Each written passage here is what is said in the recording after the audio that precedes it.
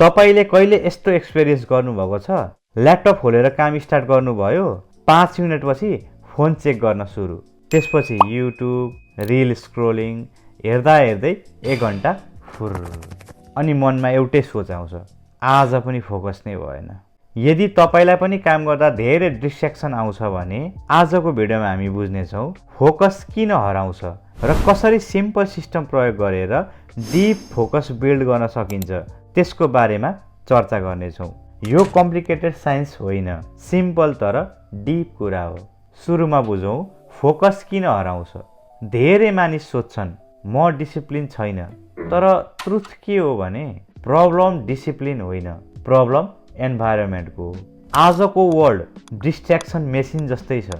Phone notification, social media, messages, YouTube suggestion सबैले एउटै मात्रै काम गर्छ, त्यो हो तपाईको एटेन्सन चोरी। फोकस गर्न बस्दा ब्रेन अचानक क्रिएटिभ हुन्छ। ब्रेन भन्छ काम सुरु गर्नु अघि फेसबुक हेर, अब इन्स्टामा जा, इन्स्टापछि युट्युब, यसरी नै 1 घण्टा गायब, अनि अघि सुरु गर्न लागेको काम सुरु नै भएन। फोकस भन्नाले के हो त? फोकस भन्नाले एक समयमा एकै काममा एटेन्सन राख्नु हो। तपाईले भन्नुभएको कुरा सिम्पल सुनिन्छ, तर आजको वर्ल्डमा यो रेयर स्केल भएको छ। हो नि। मेरो विचारमा जसले फोकस गर्न सक्छ उही मानिसले deep learning, deep work, deep growth गर्न सक्छ। ठीक भन्यौ तिमीले। अब फोकस किन पावरफुल छ त्यो बुझौँ। यदि तपाईँ 1 घण्टा डिस्ट्र्याक्सन सहित काम गर्न सक्नुहुन्छ भने रियल प्रोडक्टिभ टाइम सायद 15 मिनट मात्रै हुन्छ। मैले के भने? डिस्ट्र्याक्सन बिना होइन, डिस्ट्र्याक्सन सहित। डिस्ट्र्याक्ट पनि भइरहनु भएको छ, काम पनि गरिरहनु भएको छ 1 घण्टा, तर तपाईँको प्रोडक्टिभ टाइम हुन्छ 15 मिनट मात्र। त्यसलाई रिभर्स गरौँ। यदि तपाईँ 1 घण्टा डिप फोकसमा काम गर्नुभयो भने रिजल्ट 3-4 घण्टा बराबर हुन्छ। हेर्दा 1 घण्टा काम गरे जस्तो त देखियो, तर प्रोडक्टिभ 15 मिनट, अनि फोकस गरेर काम गर्दा 1 घण्टा बराबर 3 घण्टा प्रोडक्टिभिटी। त्यसैले त हामीले डिस्ट्र्याक्सन रिमुभ गर्नुपर्छ। फोकस बिल्ड गर्ने पहिलो रुल। धेरै मानिसले फोकस बिल्ड गर्न त खोज्छन्, तर डिस्ट्र्याक्सन हटाउँदैनन्। यो त्यस्तो हो जस्तो डाइट गर्न खोज्नु तर फ्रिजभरि केक राख्नु। एउटा सिम्पल रुल भन्छु, काम गर्दा फोन टेबलमा नराख्नुहोस्। फोन टेबलमा हुँदा मात्रै पनि ब्रेनको एटेन्सन डिस्टर्ब हुन्छ। अर्को रुल छ सिङ्गल टास्क रुल।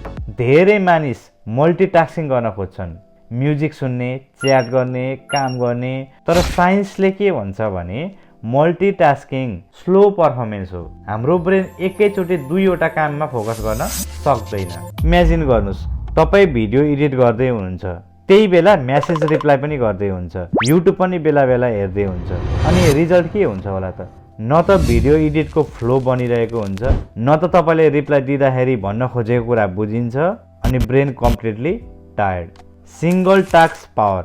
एउटै काममा फोकस गर्नुभयो भने ब्रेन डिपर मोडमा जान्छ, त्यसलाई डिप वर्क स्टेट भनिन्छ। यही स्टेटमा creative idea, fast learning, high productive हुन्छ। अर्को पोइन्ट हेरौँ, focus timer method. Focus improve गर्न सिम्पल मेथड प्रयोग गर्न सकिन्छ। 25 मिनट फोकस, 5 मिनट ब्रेक। यसलाई फोकस साइकल पनि भनिन्छ। यसले किन काम गर्छ त? ब्रेनलाई अलरेडी थाहा हुन्छ मलाई 25 मिनट मात्रै फोकस गर्नुपर्छ, त्यसैले ब्रेन रेसिस्ट कम गर्छ।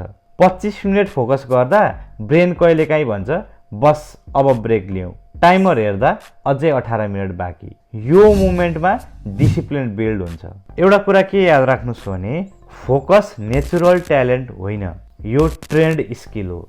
यदि तपाईँ डिस्ट्र्याक्सन हटाएर सिङ्गल टास्क गर्नुहुन्छ भने केही हप्तामै तपाईँको एटेन्सन पावर कम्प्लिटली चेन्ज हुन्छ, जुन अहिले मेरो भएको छ।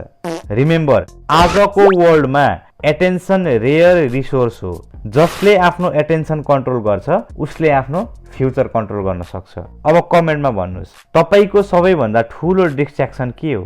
फोन, सोसल मिडिया या त प्रोक्रास्टिनेसन? र यदि फोकस, प्रोडक्टिभिटी र बेटर लाइफ बारे डिप भिडियोहरू हेर्न चाहनुहुन्छ भने द बेटर सेल्फ च्यानललाई सब्सक्राइब गर्न नभुल्नुहोला। अर्को भिडियोमा हामी आइडेन्टिटी शिफ्ट या माइन्डसेट शिफ्टको बारेमा बुझ्नेछौँ। See you in the next lesson.